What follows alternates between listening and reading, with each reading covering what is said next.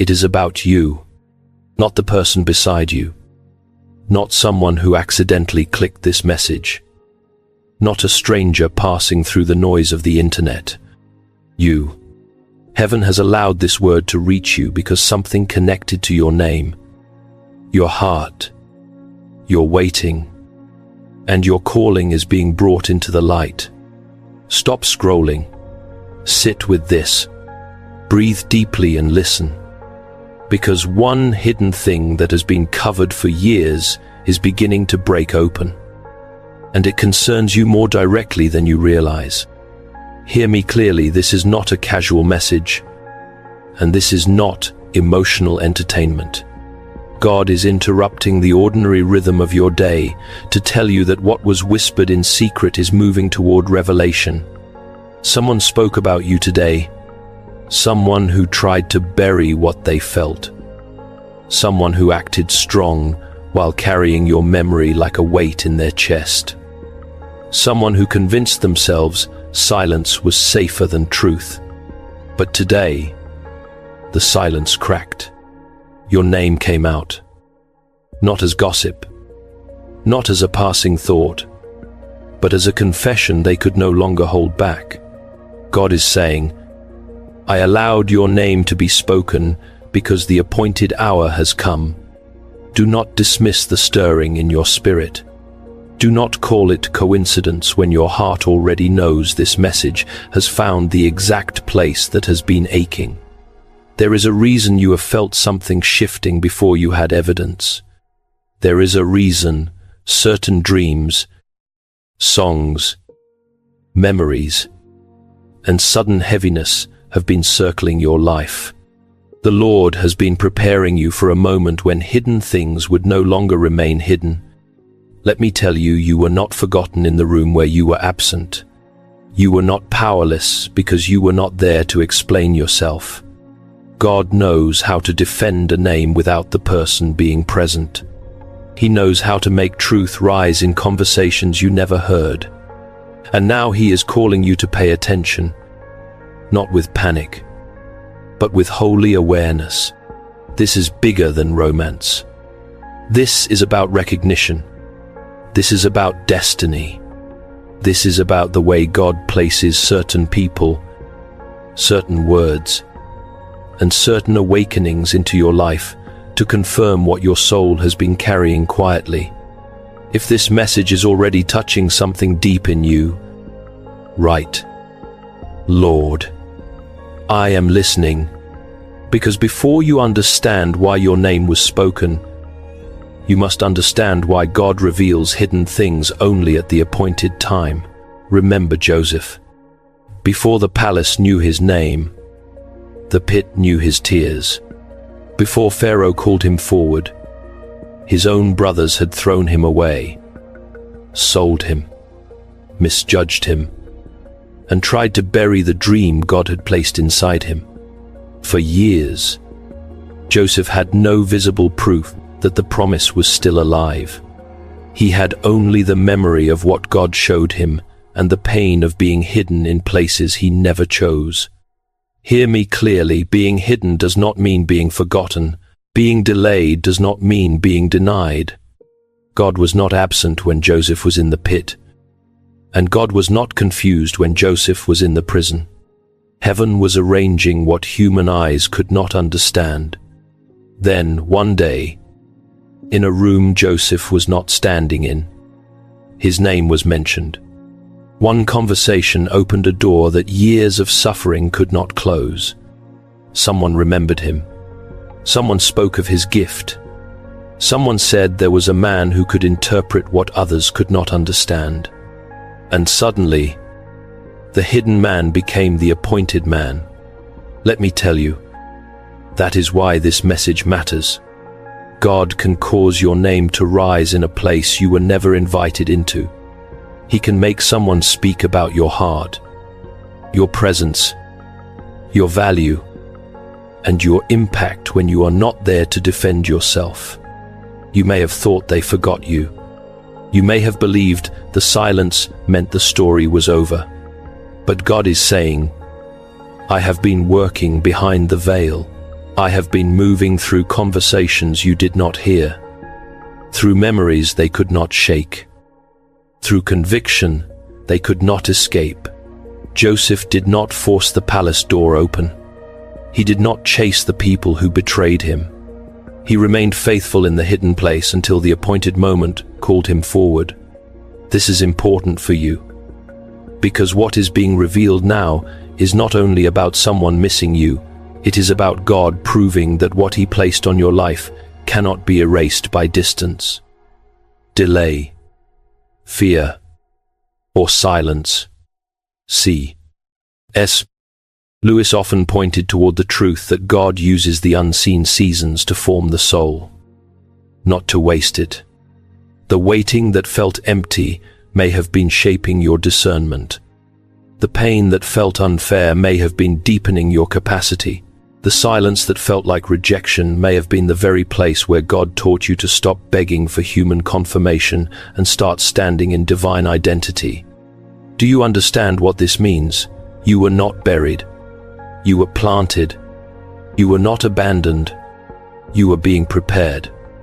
And if you have ever felt like Joseph, hidden, misunderstood, delayed, but still carrying something holy inside you, right, God has not forgotten me, because what happened in that quiet conversation was not random. It was the first sound of heaven moving behind the scenes. Picture it without forcing the details, because the Spirit does not need a stage to make a moment holy. It may have been a kitchen table with a half-finished cup of coffee. It may have been the front seat of a parked car while the evening sat heavy on the windshield. It may have been a quiet corner after a long day, when the usual distractions finally lost their power. They were not planning to confess anything. They were not rehearsing your name. They were trying to keep the conversation ordinary, safe, manageable, work, stress, sleep. The kind of words people use when they want to hide behind noise. But then the atmosphere changed. Not loudly, not dramatically, just enough for truth to press against the walls of their chest. Someone who knows them looked closer and asked the kind of question that does not sound dangerous until it lands. What is really going on with you? And for a moment, they had no answer that could protect them. Their face shifted. Their hands grew still. The mask they had been wearing became too heavy to hold. This is where you entered the room without entering the room. Not physically, but spiritually. Your name moved through the silence like a key turning in a locked door. They spoke it carefully at first, almost as if saying it too clearly would make everything real. Then the truth followed. They admitted you had not left their thoughts. They admitted your presence still reached places in them that other people could not touch. They admitted that what they tried to reduce to timing, attraction, or weakness had become something deeper, something that disturbed their peace because it demanded honesty. And listen, this is the part you must not miss. They were not describing an obsession. They were describing conviction. There is a difference. Obsession pulls a person into confusion, but conviction brings a person face to face with truth. God is saying, I allowed this moment because what they buried has begun to testify. They could no longer pretend that your impact was small. They could no longer call your absence normal. They could no longer act as though the space you left in their life was just another empty chair. Something in them knew that your name carried weight, not because you begged for importance, but because God placed something in you that cannot be easily forgotten. You have wondered whether your silence made you disappear. It did not. You have wondered whether stepping back erased what was real. It did not. Some seeds grow underground before anyone sees the evidence. Some prayers travel through rooms you never enter. Some truths wait until the person who ran from them is finally tired enough to stop lying. And in that quiet conversation, heaven did not shout. Heaven simply removed the covering. What came out of their mouth had been living in their heart longer than they wanted to admit. But what they said next is the part that changes the weight of this entire message. What they said was not simple. It was not the kind of sentence a person throws into the air and forgets by morning. They did not speak of you as a chapter they had closed, or a face that sometimes visits the edge of memory. No, the words came slower than that, heavier, as if every syllable had to pass through fear before it could become honest. They said being near you did something to them, not because you tried to impress them, not because you performed, pleaded, or chased. Your presence carried a quiet authority, and they felt it. You became a mirror before you ever became a comfort. That is why they ran.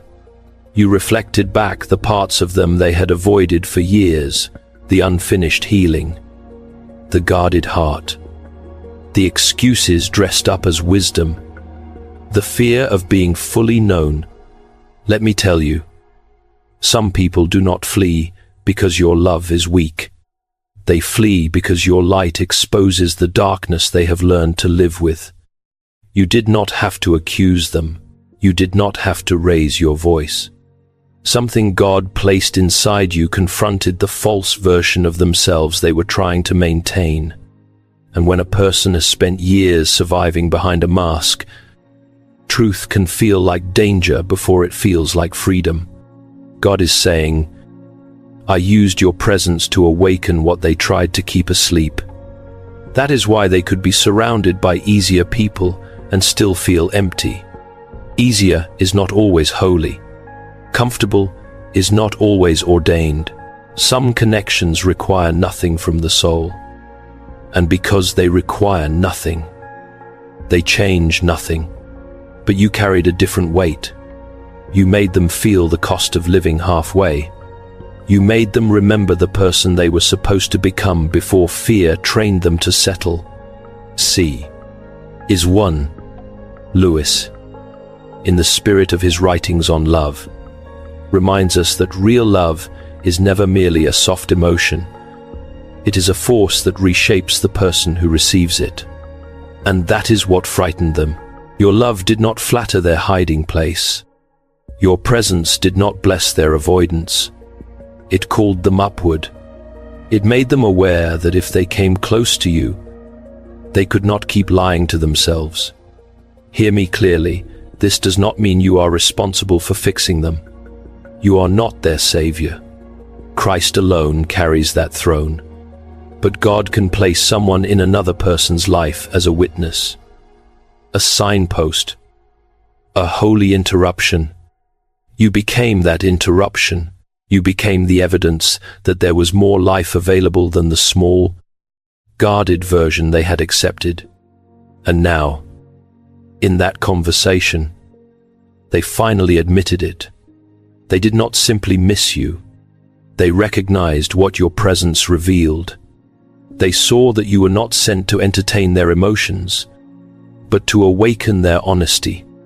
And that is why the very thing you thought made you too intense may be the exact mark heaven placed on you.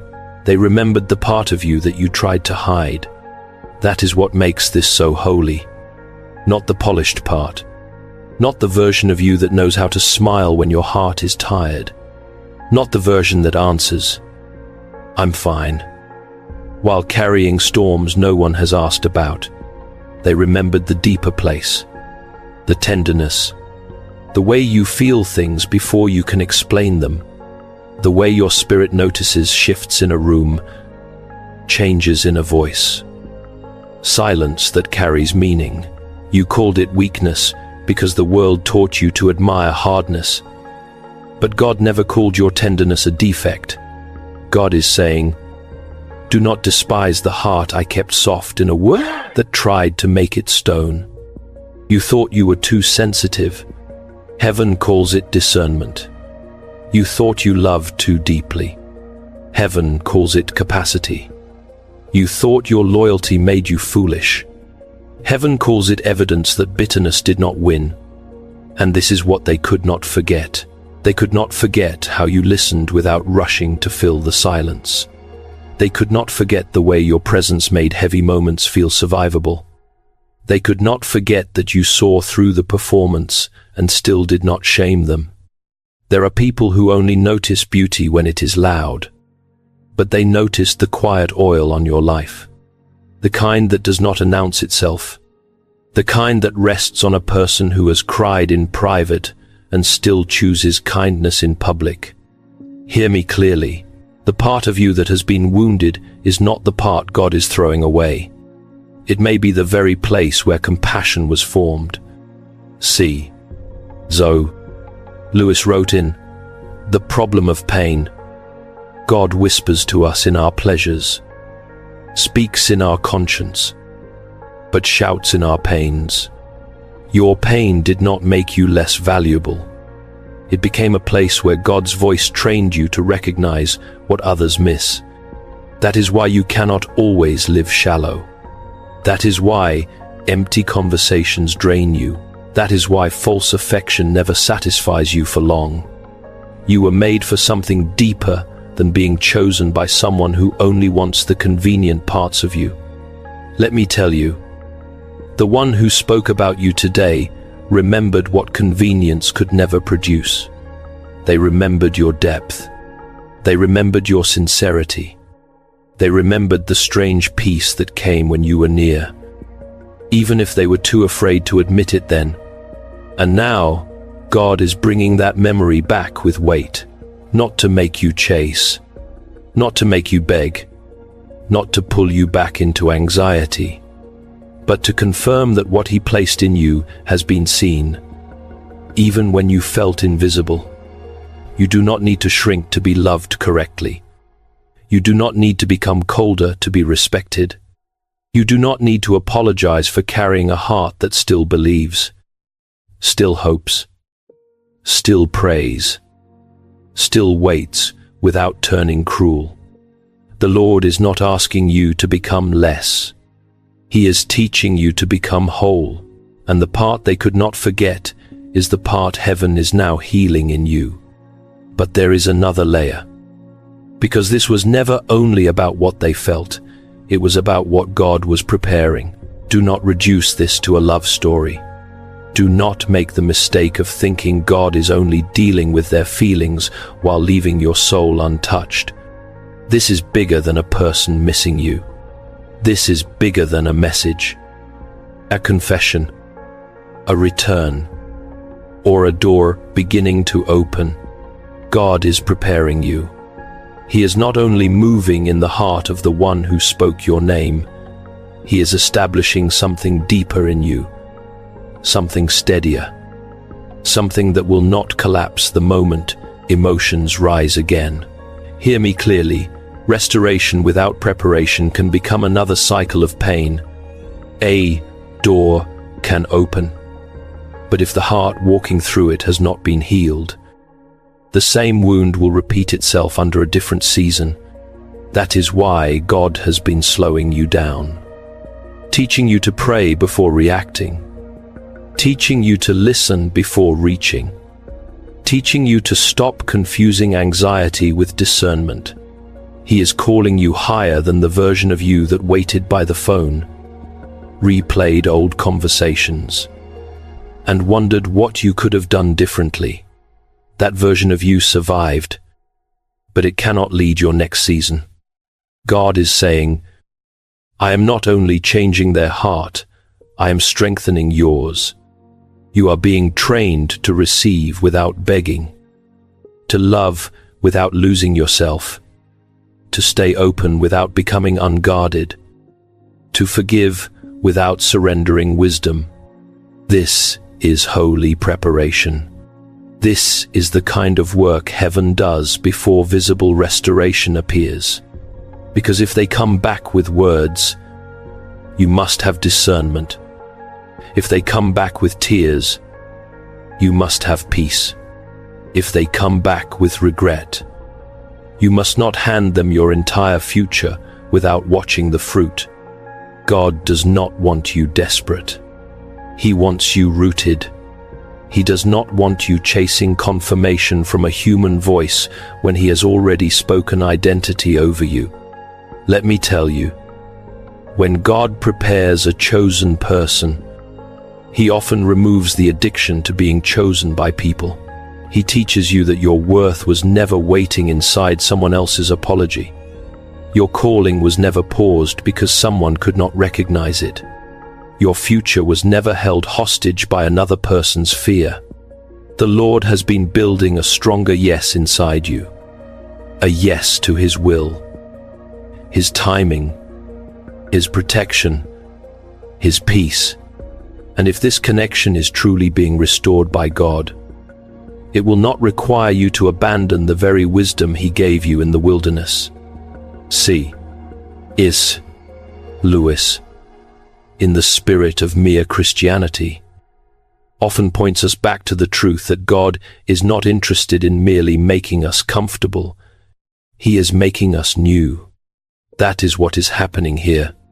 You are not being returned to the old version of the story. You are being prepared for a redeemed version, a cleaner version, a version where love does not ask you to betray your spirit. So ask yourself, are you willing to let God prepare your heart before He opens the door fully?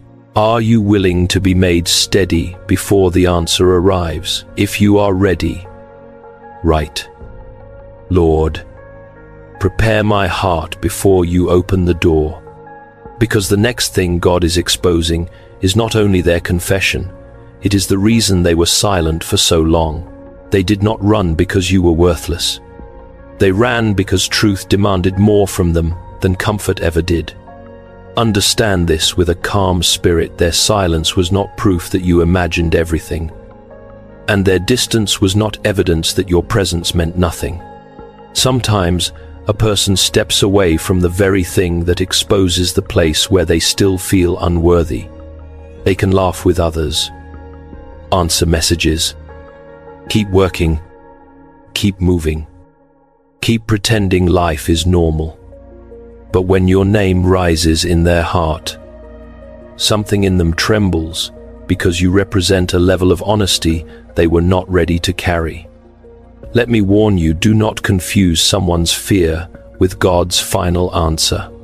Fear can delay obedience. Fear can make a person choose silence when truth is calling. Fear can convince them that staying hidden is safer than stepping forward and risking rejection. But fear is not Lord. Fear is not covenant. Fear is not stronger than the hand of God when He decides to confront what has been buried. They were afraid they would not be enough for you, afraid that if they came close, you would see the unfinished places, the immaturity, the wounds they never named, the weakness behind the image they worked so hard to maintain. They were afraid your depth would require their depth. They were afraid your sincerity would expose their half-heartedness. They were afraid that loving you correctly would mean growing up, apologizing, becoming consistent, and no longer hiding behind excuses that once sounded reasonable. Hear me clearly, this does not excuse the pain their silence caused. God is not asking you to romanticize confusion or call inconsistency love. He is not asking you to open the door to disorder just because someone finally feels regret, but He is giving you understanding. So bitterness does not become your prison. There is a difference between discernment and resentment. Discernment protects your peace. Resentment poisons it. God is saying, I am dealing with what they could not face, and I am guarding what I have healed in you. That is why you must not chase. If the Lord is convicting them, let Him finish the work. You cannot become the Holy Spirit in someone else's life. You cannot force maturity into a heart that has not surrendered. You cannot drag someone into truth and then call it restoration. What God restores, He also purifies. What God sends back, He teaches to stand in humility. C. is Lewis, especially in the spirit of mere Christianity, reminds us that pride bends the soul inward until it cannot receive love rightly. That was part of their war. Not only fear, but pride. Not only hesitation, but the need to stay in control. Yet today, something in that control began to break. They realized the distance was not destiny rejecting you, it was their own fear standing in the doorway. And when God begins to deal with fear, signs begin to appear. Not to entertain you, but to awaken you. The signs were not random, but they were never meant to become your God. Hear that with wisdom. Heaven can whisper through a song, a scripture, a sudden memory, a name appearing when you are trying not to think about it. But the sign is not the shepherd. The sign only points. God leads. And if you have been seeing patterns, feeling sudden heaviness, waking in the night with someone on your spirit, or sensing that something is shifting before anyone explains it, do not rush into panic and do not run into fantasy. Bring it before the Lord. Ask for peace. Ask for clarity. Ask for the kind of confirmation that does not feed anxiety but strengthens obedience. God is saying, I have been guiding you even when you thought you were walking through silence. That is why certain moments felt too precise to ignore. A verse appeared at the exact time your heart was tired. A song carried words you had not spoken aloud. A memory returned with unusual weight. You felt a pull to pray. Not because you were weak, but because the Spirit was teaching you to intercede instead of spiral. Let me tell you, the enemy loves confusion, but God gives peace that can stand in the middle of unanswered questions. So do not worship the pattern. Do not build your faith on numbers, dreams, or coincidences alone. Build it on Christ. Build it on the Word. Build it on the fruit of what God is doing. Still, do not ignore the way heaven has been gently waking you. The one who spoke about you has been experiencing reminders too. They have tried to move through ordinary days, but ordinary things keep carrying your echo. A place, a phrase, a quiet hour. Something keeps pressing truth against their guarded heart, not to torment them, but to lead them out of denial. This is how God sometimes works, not by shouting, but by surrounding a person with enough holy reminders that running becomes more exhausting than surrender. And you, on your side of the story, have been learning the same lesson in a different way. You are learning that not every stirring requires immediate action. Some stirrings require prayer. Some require stillness. Some require you to wait until God brings what is hidden into the open without you forcing the door. Have you been receiving quiet confirmations that you could not fully explain? Have you sensed that the silence was not empty, only covered? If this speaks to you, command, Lord, help me hear your voice above the noise, because the greatest confirmation is not a number, a dream, or a song. It is the peace of God returning to the place where fear used to sit. And when that peace comes, you will know heaven is not only revealing what they feel, heaven is restoring what fear tried to steal from you. You are not waiting from lack anymore. That season is ending. The version of you that sat in uncertainty, measuring your worth by someone else's silence, is being healed by the hand of God. You are no longer standing outside a closed door, wondering if you are valuable enough to be invited in. You are standing with heaven behind you, learning that your identity was never locked inside another person's response. Hear me clearly. You can desire restoration without becoming desperate for it. You can still care without surrendering your peace. You can still hope without returning to the old place where every delay felt like rejection. God is saying, I am teaching you how to wait as one who is loved, not as one who has been abandoned. That changes everything. Because when you wait from lack, you reach, you overthink, you replay, you search for signs because fear is hungry for proof. But when you wait from wholeness, you pray, you breathe, you observe, you let God reveal what is real without forcing your hands into what only His timing can open. This is the shift happening in you. You are moving from anxious to anchored, from chasing to receiving, from wounded to wise, from needing to be chosen to remembering that Christ already called you His own. Let me tell you, this is not a small transformation. This is the kind of inner healing that changes how you walk into every relationship, every conversation, every open door. The one who spoke about you may be coming closer, but God is making sure you do not abandon yourself when they arrive.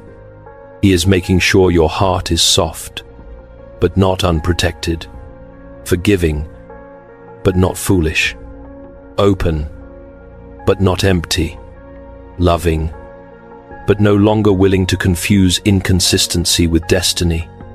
You are not the same person who once begged silently for clarity. You are becoming someone who can receive love without worshipping it. Someone who can listen to an apology without being controlled by it. Someone who can recognize movement without losing discernment. And this is why the waiting had to teach you something. It was not punishment. It was preparation. The silence did not destroy you. It revealed where God wanted to strengthen you. The delay did not erase the promise. It purified the place where fear had been speaking too loudly. And now comes the word that may be the hardest to receive, but the most necessary for your next season. Do not chase the door. Let God open it. If the Lord is truly moving, you will not have to break your own peace to prove that something is happening. You will not have to force a conversation, to manipulate a response, or keep touching what God told you to place in His hands. Hear me clearly, what God sends will not require you to abandon your discernment. What God restores will not demand that you become frantic, fearful, or spiritually exhausted. If He is speaking to their heart, let Him speak. If He is convicting them, let Him finish the work. If He is arranging the moment, do not rush ahead and call your anxiety obedience. God is saying, stand still, not because nothing is happening, but because I am moving where you cannot see. That is difficult when your heart wants proof. It is difficult when silence has trained you to reach for control. But faith is not control wearing religious language. Faith is surrender with open eyes. Faith is praying instead of panicking. Faith is refusing to trade long-term peace for a temporary reply. Let me warn you, not every open door is God's door, and not every emotional return is restoration. Some people come back because they are lonely. Some come back because guilt finally became uncomfortable. Some come back because they miss the comfort you gave, but not the responsibility love requires. That is why you must let God open the door and let fruit confirm the movement. Do not be moved by words alone. Watch consistency. Watch humility. Watch whether peace increases or confusion multiplies. Watch whether their presence draws you closer to God or pulls you back into fear. See. So, Lewis often showed through his writings that real faith is not the absence of trembling feelings, but the decision to cling to truth when feelings rise and fall. So cling to truth now. You are loved by God before you are answered by a person. You are held by Christ before anyone reaches for your hand. You are not waiting as someone powerless. You are waiting as someone protected. If the door is ordained, it will open without you destroying yourself at the handle. If the conversation is appointed, it will come with clarity. If the restoration is holy, it will not require you to become less wise than the wilderness made you. So pray. Stay steady. Keep your heart clean. Keep your standards surrendered to God. And if you can stand still here, you will be ready for what God is about to reveal next. The confession is coming with responsibility. Do not forget that. When something hidden finally comes into the light, it must be handled with holiness, not hunger. You cannot receive a sacred answer with an anxious spirit and expect peace to remain. If they come forward, if they speak, if they finally say what fear kept locked inside them, do not let the relief of hearing it make you ignore the weight of what comes next. Hear me clearly. Restoration is holy, but it must also be healthy. A confession may open the door, but consistency is what proves whether someone is ready to walk through it. Tears can be real and still not be maturity. Regret can be sincere and still need time to become fruit. Words can touch your heart and still require confirmation through action. God is not restoring you to confusion. He is restoring you to clarity, peace, and covenant alignment. That means you do not have to close your heart, but you also do not have to throw away your discernment. You can be soft without being careless. You can forgive without rushing. You can listen without surrendering your boundaries. You can hope without handing someone full access to the places God just healed. Let me tell you, love that is sent by God will not punish you for needing peace. It will not shame you for asking for honesty. It will not require you to pretend the silence did not hurt. True restoration has humility in it. It can say, I was wrong. It can say, I should have shown up. It can say, I am willing to rebuild trust slowly, not demand it instantly. That is the difference between emotion and transformation. Emotion wants the moment. Transformation accepts the process. And you, child of God, must be wise enough to know the difference. The Lord is not asking you to become suspicious of every good thing. He is teaching you to test the fruit. Watch whether their return brings peace or pressure. Watch whether their words are followed by steadiness. Watch whether they honor the person you have become, not just the comfort you once gave. God is saying, I will not bless what keeps you bound, and I will not call confusion my promise. So stand with grace, stand with wisdom, stand with a heart open to God, not controlled by fear. Because the final word is not only about them coming back, it is about you becoming who God always knew you were. God is saying, you were never forgotten. Before they spoke your name, heaven already knew it.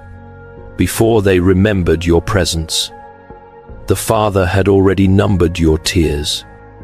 Before any confession reached the surface, God had been working in the hidden places, shaping your heart, guarding your spirit, and preparing you for a season where you would no longer beg to be seen.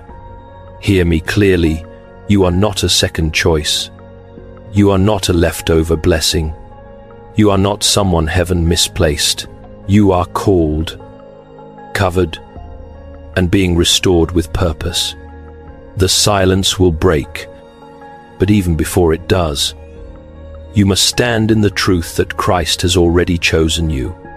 The hidden thing will be revealed, but your peace cannot depend on how quickly another person speaks. The door may open, but your identity must remain rooted in God, not in who walks through it. Let me tell you, this is your activation. Stay open, but stay rooted. Stay soft, but stay wise. Stay hopeful, but stay surrendered. God is preparing what you prayed for, but He is also preparing you to carry it without losing yourself.